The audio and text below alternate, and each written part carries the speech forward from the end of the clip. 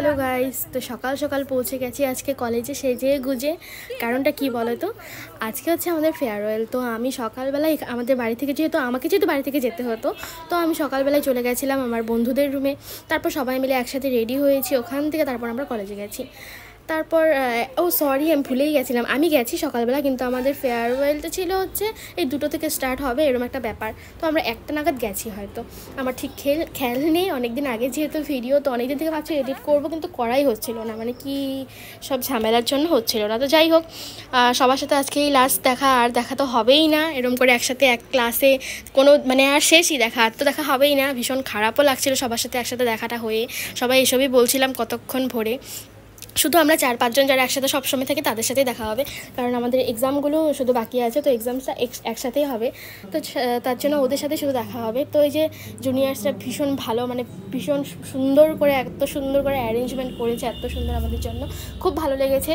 তো যাই হোক, গান ফান গাচ্ছে, আমি তো সবটা তোমাদের সাথে শেয়ার করতে পারলাম না, কারণ কপিরাইট চলে আসবে। এমনিতেই তো তোমরা জানো আমার ইউটিউবে প্রচুর প্রবলেম চলছে, কিছুতেই ভিডিও ভাইরাল হচ্ছে না, যার জন্য আমি এখন ব্লগও দিচ্ছি না সেরমভাবে। আমি জানি না এটা কী করলে ঠিক হবে, বুঝতেও পারছি না।